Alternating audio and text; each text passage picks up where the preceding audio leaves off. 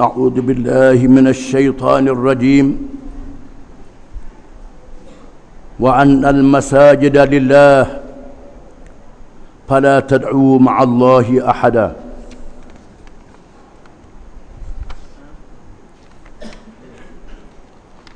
وأنه لما قام عبد الله يدعوه كانوا يكونون عليه لبدا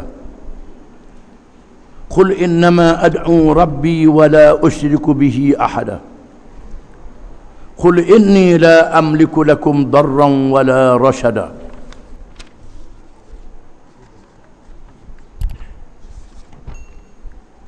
Maksudnya,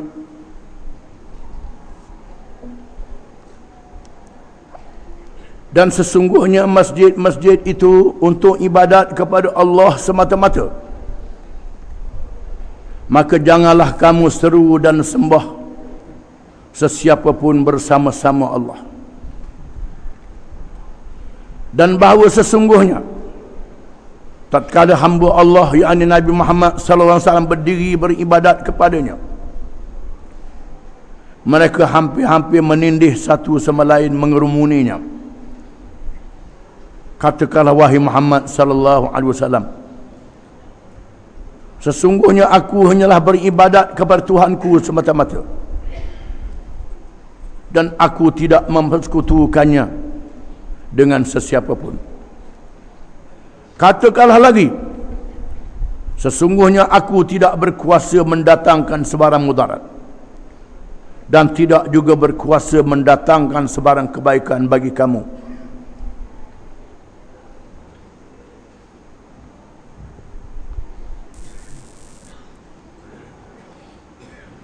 Ayat ini masih lagi mengesahkan tentang jin. Wajarlah dengan surah ayat ini dalam suratul jin. Wa annal masajida lillah, dan sesungguhnya masjid itu adalah bagi Allah. Terdapat kekhilafan di kalangan para ulama menafsirkan ayat ini.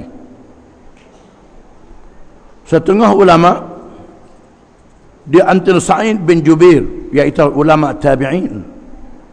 Ulama tabi'in sempat dengan Sayyidina Ali bersama dengan Hasan Basri. Sa'id bin Jubair ialah seorang alim ulama yang mati dipancung oleh Hajjaj bin Yusuf Al-Thaqafi kerana keberaniannya menegur kezaliman. Sa'id bin Jubair mengatakan maksud ayat ini berkait dengan apabila rombongan jin yang bertemu dengan Nabi SAW, selepas permulaan surah yang mengatakan Nabi tak nampak mereka datang pula lepas itu bertemu dengan Nabi untuk belajar agama dan berbai'ah dengan Nabi SAW. Pemimpin mereka berkata, wahai Rasulullah, di mana tempat kami nak semayang? Masjid-masjid didirikan oleh manusia, mungkin kami tak boleh pergi. Lalu Allah menurunkan wa annal masajida lillah, sesungguhnya masjid-masjid itu adalah kepunyaan Allah. Walaupun manusia buat, boleh pergi masjid mana-mana, boleh pergi masjid mana-mana bebas. Ni kunci pula masjid lah ni. Tu dok ke pelik ni kunci masjid. Kuat Islam dah lalu sampai kunci masjid. Kuat dah lalu. Takut orang naik, takut orang buat macam-macam. Didik masyarakat, itu silap kita. Masjid adalah terbuka, dibinakan untuk mentaati Allah Subhanahu wa taala. Kata Nabi SAW, semayanglah masjid mana-mana, Allah Ta'ala izinkan kamu. Ini satu tafsir. Satu tafsir lagi, semua muka bumi adalah tempat sujud. Ini di antara keistimewaan yang diberi kepada Nabi SAW. Di antaranya waju'ilat liyal ardu masjidan wa tahura. Tuhan jadikan kepada aku, kata Nabi, dan umat-umat aku, di mana saja muka bumi adalah masjid dan boleh bersuci. Bumi itu suci. Bila tengok atas bumi itu tak ada tahi, tak ada apa, semayanglah, suci. Jangan duk kata boleh jadi angin pernah lalu sini, babi tengah lalu sini, itu bukan kerja kita. Allah Ta'ala izinkan. Kalau mari nyakit waswah aku semayangkan, ada babi dijok sini pula, itu setan tu. Setan. Allah Ta'ala izinkan. Bila sampai waktu semayang, sama ada di masjid ataupun di mana-mana muka bumi ini. Kita berbeza dengan penganut agama lain. Penganut agama lain kena ada rumah ibadat, nak boleh ibadat. Kita tidak, orang Islam. Masjid ke, tak ada masjid ke, tengah jalan, sampai waktu semayang, berhenti. Bumi adalah tempat kamu sujud, dan bumi adalah untuk menyucikan diri kita. Kalau tak ada air boleh tayamum. Setengah ulama mengatakan tanah ni menyucikan kasut yang sudah kena najis bila kita berjalan atas tanah. Ada ulama mengatakan begitu. Itu keistimewaan yang diberi kepada umat Muhammad sallallahu alaihi wasallam. Satu tafsir lagi mengatakan bahawa maksudnya ialah anggota-anggota sujud. Sesungguhnya al-masajid lillah, anggota-anggota sujud adalah bagi Allah. Anggota yang kita jadikan untuk sujud, iaitulah dahi kita, dua tangan kita, dua lutut kita, dan hujung-hujung jari kaki kita. Ini merupakan al-masajid, merupakan anggota-anggota untuk kita sujud. Semuanya memberi makna itu. Tetapi yang lebih zahir ialah makna yang pertama, ialah masjid-masjid. Bangunan masjid ini, wahai kaum jin, pergilah semayang masjid mana-mana pun. Tak ada siapa boleh sekamu. Kalau ada orang kata masjid dia, orang tak lagi dia je, itu tak betul dah tu. Salah. Bila istihar dari masjid, maka dibebaskan untuk umum, untuk mengerjakan ibadat. Manusia, malaikat, jin yang beriman boleh duduk di masjid itu. Dan di zaman Nabi SAW, masjid ini menjadi tempat kegiatan-kegiatan agama dan kegiatan-kegiatan masyarakat. Di masjid bukan saja tempat sembahyang, masjid juga tempat Nabi menyampaikan khutbah, tempat Nabi melantik pemimpin-pemimpin daerah, melantik penglima-penglima tentera, melantik hakim, melantik pegawai. Di masjid adalah tempat pelantikannya. Dan masjid juga jadi mahkamah. Tak ada tempat lain masjid jadi mahkamah. Mahkamah di masjid. Masjid juga menerima kedatangan utusan-utusan asing dari kalangan orang bukan Islam. Orang bukan Islam naik bertemu dengan Nabi, bawa utusan, soal Nabi, lepas tu masuk Islam. Ada yang balik tak masuk Islam, tak masuk Islam. Rombongan Najran yang kita baca minggu lepas datang menghadap Nabi di masjid, berhujah dengan Nabi. Lepas tu sampai waktu dia nak ibadat, Nabi kata, duk buat cara mu duduk tu. Dia pun buat cara dia duduk tu. Kemudian berhujah balik, menunjukkan masjid adalah kegiatan untuk bermasyarakat. Perkara yang pertama yang dibuat oleh Nabi SAW ketika mengadakan negara di Madinah, mula-mula sekali buat Masjid Nabawi. Ambil tanah wakaf, ambil tanah daripada seorang anak yatim, dibayar tanah itu dengan harga yang patut, didirikan masjid. Dan masjid menjadi pusat yang pertama untuk ibadat dan untuk mendidik masyarakat dan untuk bermasyarakat. Kemudian dibuat pasar untuk kegiatan perniagaan. Kalau balah selesai di masjid. Itu cara di zaman Nabi SAW. Fala tad'u ma'allahi ilahan ahada. Maka jangan sekali-kali kamu berdoa bersama dengan Allah yang lain daripadanya. Allah saja Tuhan. Tak ada Tuhan melainkan Allah. Beribadatlah dengan ikhlas kerana Allah. Beribadat dengan menyembah Allah sahaja. Jangan sembah makhluk-makhluk, malaikat ke, jin ke, manusia ke, batu ke, lembu ke, binatang ke, pohon kayu ke, dipuja. Ini tak boleh. Allah saja untuk kita beribadat. Hanya beribadat kepada Allah saja, berdoa kepada Allah saja, bersumpah dengan nama Allah saja. Ada pula sumpah bawa Quran, junjung Quran. Sumpah jenis apa tu? Itu bukan cara Islam. Orang Kristian dia bersumpah dengan kitab Injil dia. Kita orang Islam tak bersumpah dengan kitab Quran, sumpah dengan nama Tuhan. Wallahi wa billahi wa tallahi. Itu sumpah yang diajar oleh agama Islam. Ni pula suruh sumpah dengan Yasin lah, sumpah dengan Quran lah. Itu orang ada erti hukum sumpah. Wa annahu lamma qama Abdullah yad'uhu kadu yakununa alaihi libada. Dan sesungguhnya tak kala bangunlah hamba Allah, yakni Nabi Muhammad sallallahu alaihi wasallam, ketika sembahyang berdoa kepada Allah, hampirlah mereka itu bertindih-tindang di antara satu sama lain.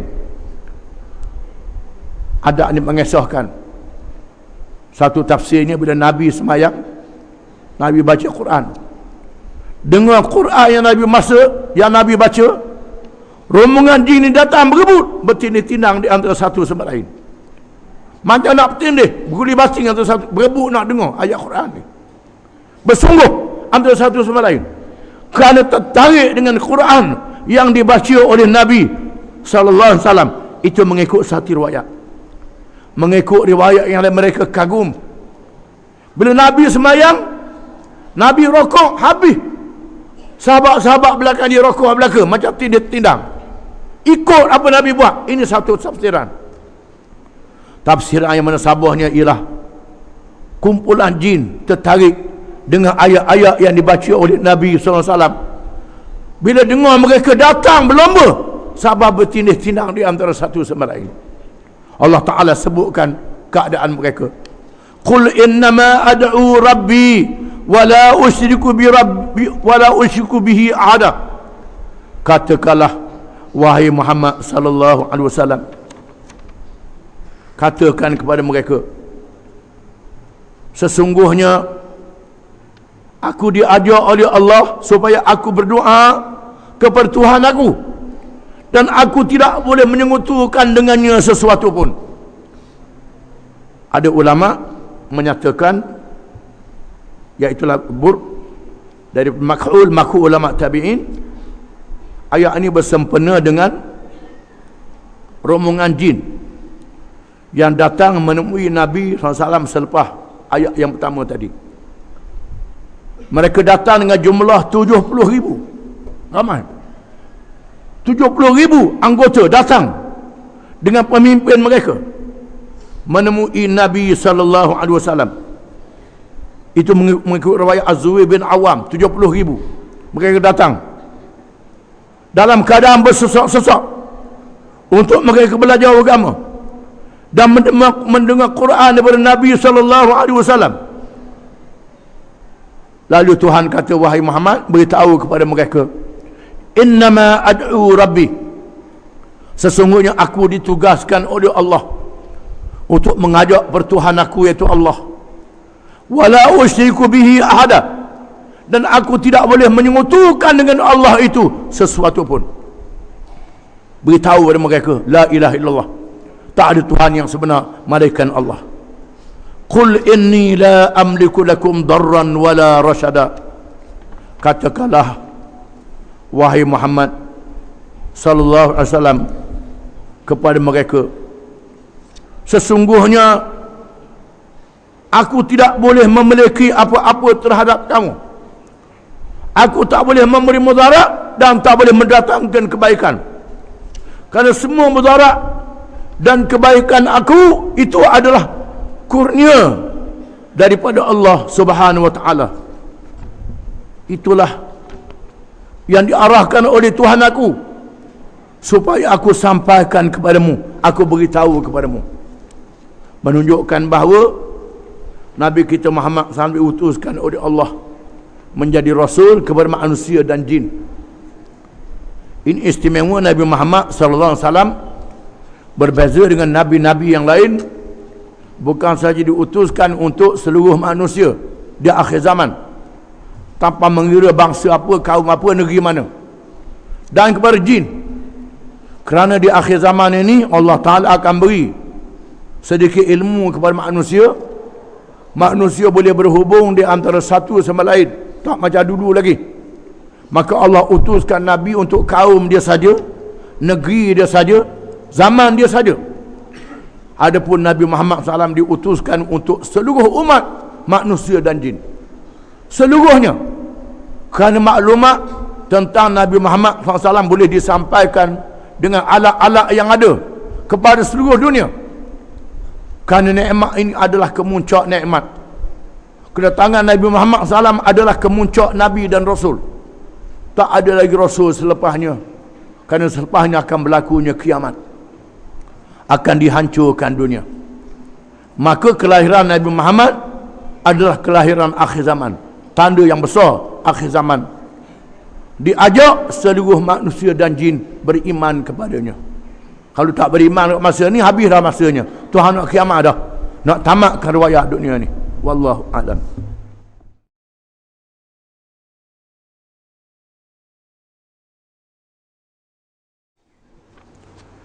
A'udzu billahi minasy syaithanir rajim.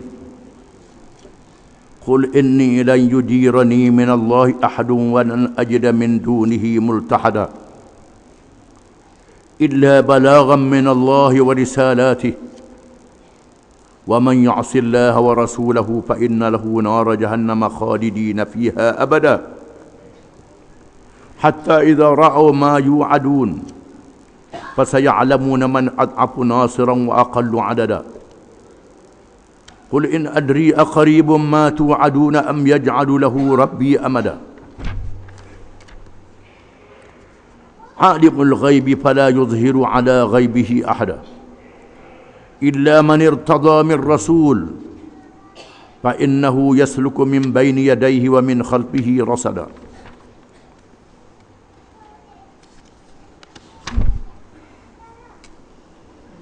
liya'lama an qad ablaghu risalati rabbihim wa ahata bima ladaihim wa ahsa kulla syai'in adada.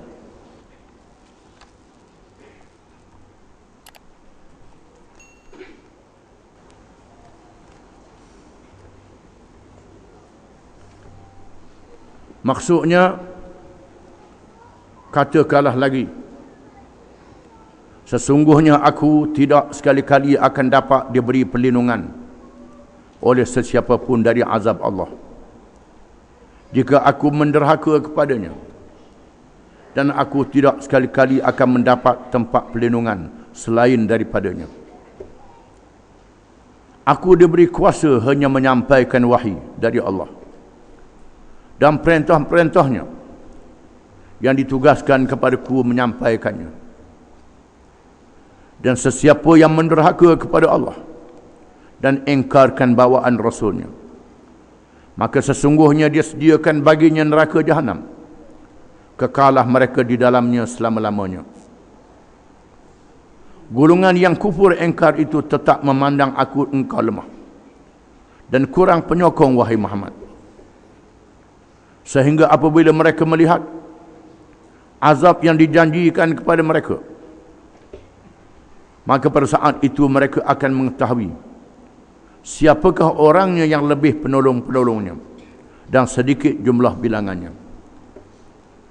Kalau ditanya bilakah azab itu, maka katakanlah, aku tidak mengetahui sama ada azab yang dijanjikan kepada kamu itu sudah dekat, atau Tuhanku menentukan bagi kedatangannya satu tempoh yang lanjut. Tuhanlah sahaja yang mengetahui segala yang gaib, maka ia tidak memberitahu perkara yang gaib yang diketahuinya itu kepada sesiapa pun, malaikat kepada man Rasul yang diradainya untuk mengetahui sebahagian dari perkara gaib yang berkaitan dengan tugasnya. Apabila Tuhan hendak melakukan yang demikian, maka sesungguhnya ia mengadakan di hadapan dan di belakang Rasul itu malaikat yang menjaga dan mengawasinya, sehingga perkara ghaib itu selamat sampai kepada yang berkenaan. Tuhan mengadakan malaikat-malaikat itu supaya ia mengetahui bahawa sesungguhnya dengan jagaan mereka, Rasul-Rasul itu telah menyampaikan perutusan-perutusan Tuhan mereka dengan sempurna, padahal ia memang mengetahui dengan meliputi akan segala keadaan yang ada pada mereka, serta ia menghitung tiap-tiap sesuatu satu persatu.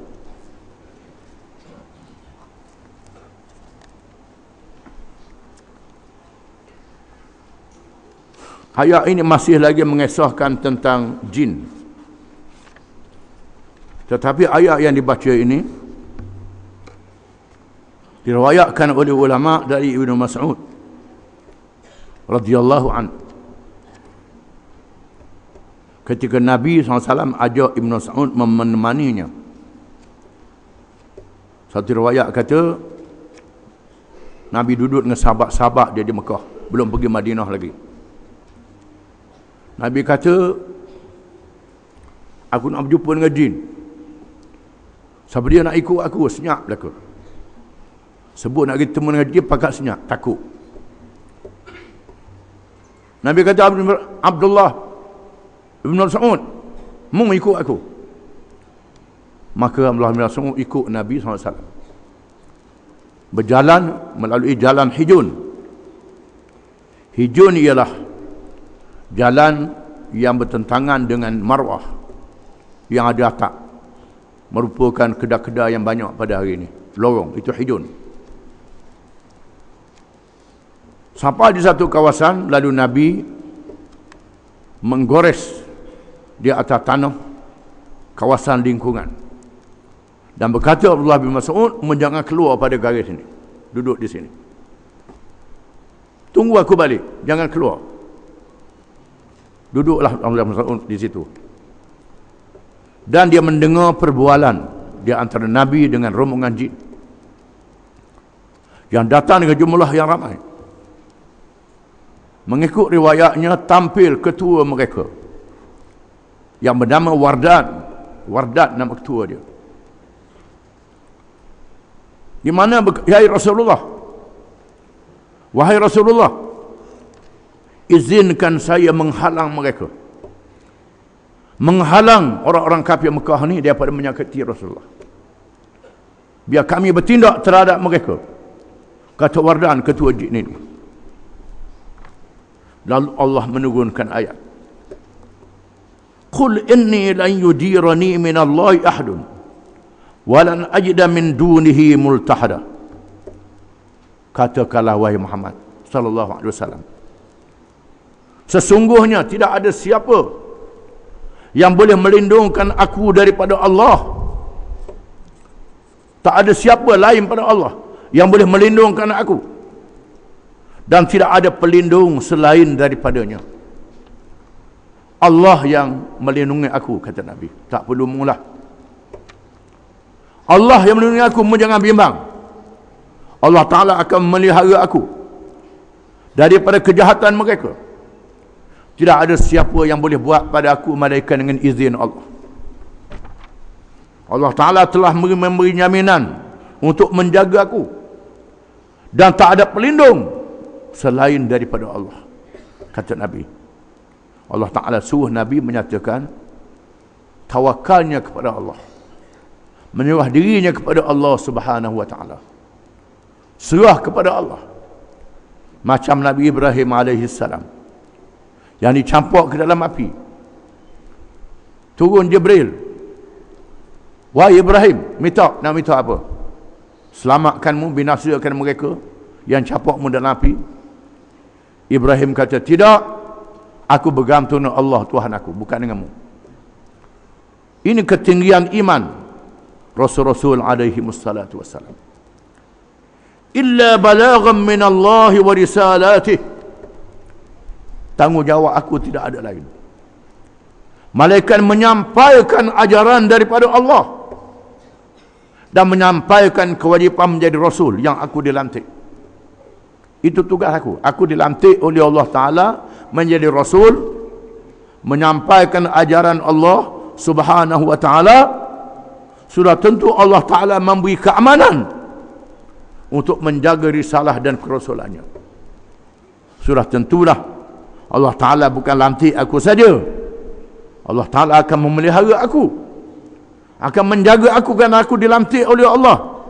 Mu jangan bimbang, jangan takut, kata Nabi kepada pemimpin jin yang datang itu. Dan seterusnya menegaskan, wa man ya'sillaha wa rasulahu fa innahu nar jahannam khalidina fiha. Dan ketahuilah, kalau itulah Allah yang maha berkuasa, tak ada siapa yang boleh lawan Allah. Nabi terus menerangkan kepada mereka tentang kebesaran Allah. Dan sesiapa yang menderhakai Allah dan Rasulnya dalam mentauhidkan Allah dan beribadat kepadanya, pergi lantik Tuhan yang lain daripada Allah, beribadat kepada yang lain daripada Allah, ikut hukum lain pada hukum Allah, lawan Allah, kufur terhadap Allah, fa inna lahu nar jahannam khalidina fiha. Maka sesungguhnya bagi orang yang derhaka itu neraka jahanam, mereka kekal selama-lama di dalamnya.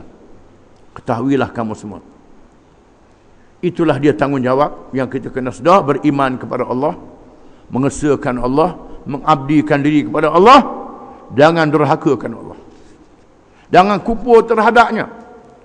Barang siapa yang melawan Allah Ta'ala, kufur terhadapnya, tempatnya di dalam neraka dan kekal selama-lama dalam neraka, kecuali mereka yang diizin oleh Allah untuk mendapat syafaat Nabi dengan sebab maksiatnya, dengan sebab dosanya dan sebagainya.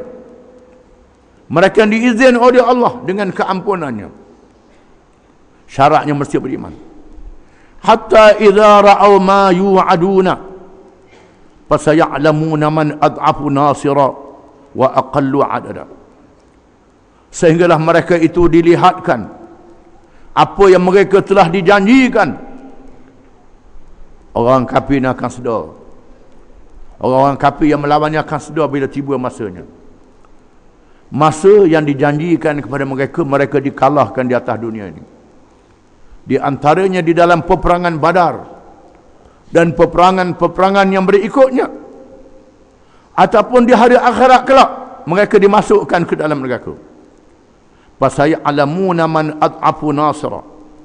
Di kala itu mereka tahulah siapa yang paling lemah penolongnya. Mereka berasa gagah sangat, mereka masih boleh bertahan dengan kekayaan, kekuatan bala tentera yang ada pada mereka, tentera yang ramai sangat. Masa itu mereka tahu penolong mereka ni kuat ke tidak, boleh lawan Allah ataupun tidak. Wa aqallu adada, dan sedikit saja bilangannya di samping dengan bala tentera Allah Subhanahu wa taala. Walillahi junudus samawati wal ard. Bagi Allah itu bala tentera langit dan bumi. Tentera Allah bukan saja malaikat, nyamuk boleh, lalat boleh, belalang boleh, air laut pun boleh diperintah oleh Allah Ta'ala bila-bila masa saja untuk membinasakan musuhnya. Bila Allah Ta'ala memerintah bala tenteranya untuk bertindak, maka tidak ada siapa yang boleh lawan Allah Ta'ala. Ketahuilah wahai manusia dan jin, alimul ghaibi fala yuzhiru ala ghaibihi ahada. Dialah Tuhan yang mengetahui perkara yang gaib, tidak dizahirkan di atas perkara yang gaib kepada seseorang pun. Di antaranya perkara hari kiamat yang akan berlaku, tak tahu bila berlakunya kiamat. Kita wajib percaya kepada perkara yang gaib. Perkara yang gaib ini banyak perkara yang kita tak nampak. Ujian kepercayaan kita kepada Allah Subhanahu wa taala. Bila Allah Ta'ala beritahu, percayalah. Di antaranya tak tahu bila tentang hari kiamat. Tak nampak malaikat, dia beritahu malaikat tu ada, tak nampak. Begitulah perkara yang lain, yang gaib, yang berada dalam ilmu Allah, yang diberitahu kepada kita. Itu adalah rahsia ilmu Allah Ta'ala. Kita mesti beriman kepada ilmu Allah Subhanahu wa Ta'ala. maka seseorang itu jangan percaya pada Tok Nujum. Tok Nujum yang memberitahu perkara yang akan datang itu bohong. Kadzibal munajjimuna wa in sadaqu. Nabi kata, bohong ahli-ahli nujum sekalipun mereka kata itu berbetulan. Dia ramah berlaku sungguh. Itu bohong juga. Kebetulan saja. Mereka tak tahu perkara yang akan datang. Di sinilah apabila Sayyidina Ali karramallahu wajhah nak memerangi golongan Khawarij yang memberontak menentang Sayyidina Ali. Lalu tampil seorang di kalangan pengikut Sayyidina Ali. Dia tengok bintang tak balik. Dia tengok bintang, tengok naskah. Dia kata Sayyidina Ali, ya Amirul Mukminin, atalqahum wal qamaru fil aqrab? Adakah Amirul Mukminin nak serang mereka? Ini bintang mengikut perhitungan saya, bulan ni duduk di tempat aqrab. Aqrab ni bintang kala. Tak molek, nahas. Kalau perang masa ni, Sayyidina Ali kata, aina qamaruhum? Di mana bulan mereka? Di mana bintang mereka? Sayyidina Ali tanya. Kalau aku tak boleh, mereka boleh pula. Macam mana? Tanya Sayyidina Ali. Kata yang lain, Mus'ab bin Umair, ya Amirul Mukminin, la tasir fi hadhihi as-sa'ah wasir fi 3 sa'at yamadina min an-nahar. Amirul Mukminin, jangan bergerak masa ni, tunggu 3 jam lagi. Masa ni tak molek, saya tengok naskah tak molek ni.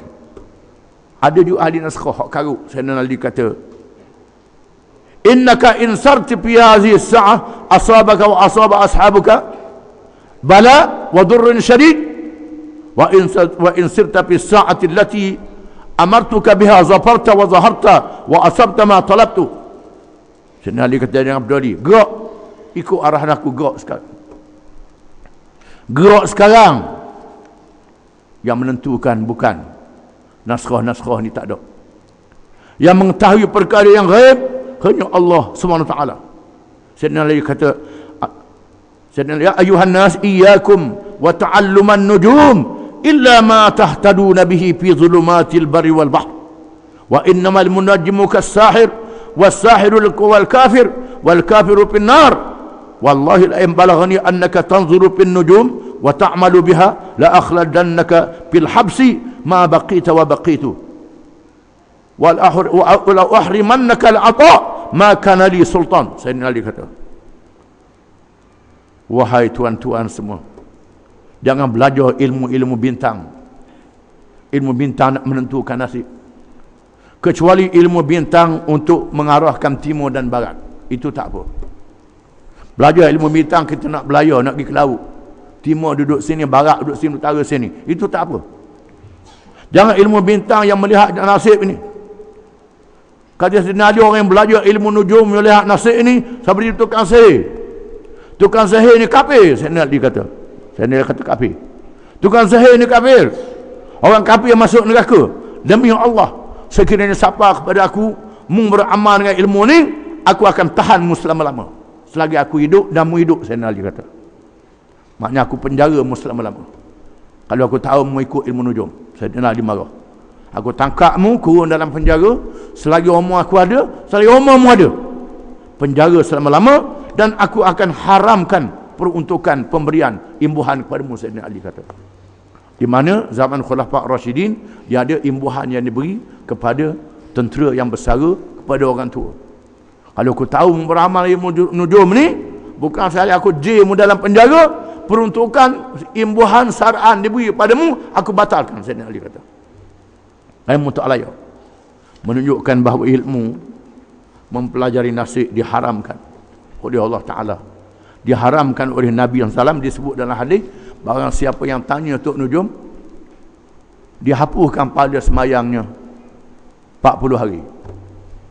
40 hari pada semayang dihapuskan oleh Allah Ta'ala. Besar dosanya, jangan main-main. Wak lolok je kita tanya, wak lolok je, nak tahu. Jangan tanya main-main. Ini dosa besar. Alimul ghaibi fala yuzhiru ala ghaibihi ahada. Dialah Allah yang mengetahui perkara yang gaib. Tidak mengetahui, tidak menzahirkan perkara yang gaib kepada seseorang pun illa man irtada min rasul, malaikat kepada sesiapa yang diredha di kalangan Rasulnya, kecuali ada kalangan Rasul yang Nabi beritahu perkara yang akan datang. Macam Nabi kita Muhammad SAW beritahu di akhir zaman akan berlaku begian.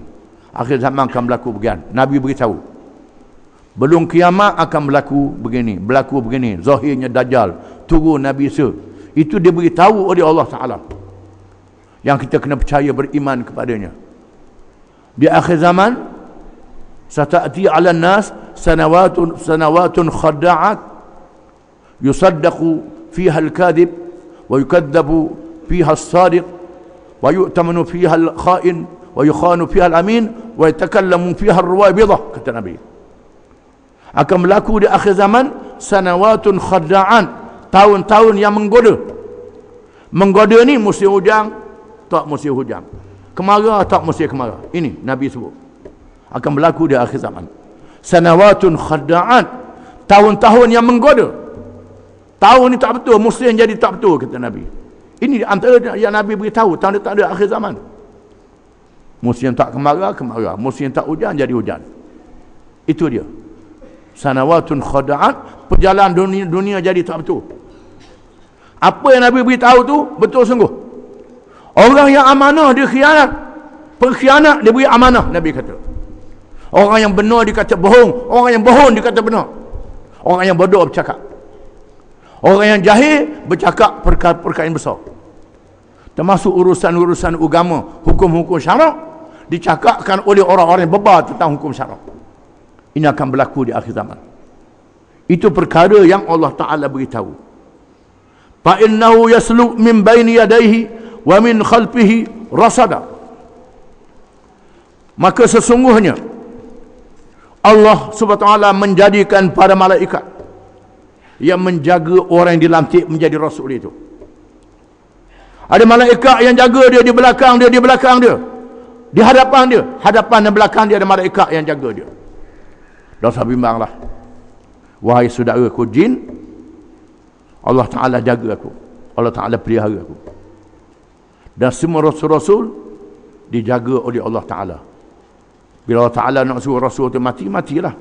Mati syahid ke mati apa, selagi Allah Ta'ala nak suruh menyampaikan risalah dia, masa tu tak ada siapa yang boleh buat apa-apa, kecuali Allah Ta'ala nak tamatkan risalah dia. Liya'lama an qad ablaghu risalati rabbihim wa ahata bima ladaihim wa ahsa kulla syai'in adada. Supaya Muhammad SAW tahu bahawa sesungguhnya rasul-rasul yang terdahulu telah menyampaikan ajaran Allah yang diperintah supaya mereka menyampaikan. Mengikut Sa'id bin Jubair, supaya Muhammad tahu Jibril dan malaikat-malaikat yang bersama dengannya telah menjalankan tugas masing-masing. Sama ada rasul di kalangan manusia, rasul di kalangan malaikat, menjalankan tugas mereka dengan sebaik-baiknya. Wa hata bima ladaihim, dan Allah Ta'ala beri pada malaikat itu dengan ilmunya, dengan pengetahuannya yang mengelilingi rasul-rasul itu. Rasul-rasul didukung oleh Allah Subhanahu Wa Ta'ala dengan ilmu yang dikurniakan daripada sisinya. Maka malaikat itu menyampaikan ajaran Allah. Wa ahsa kulli syai'in adada, dan dia menghitung tiap-tiap sesuatu itu mengikut bilangan dan angka yang ditetapkan oleh Allah Ta'ala. Itulah dia tugas rasul. Rasul-rasul zaman dulu begitu, ada tugas masing-masing, dan Muhammad SAW ada tugas dia. Diutuskan oleh Allah kepada seluruh manusia dan jin. Wajib mereka beriman sekiranya mereka menerima seruan Nabi Muhammad SAW, ataupun daripada umat dia yang menyambung dakwah yang dibawa oleh Nabi Muhammad SAW. Wallahu a'lam.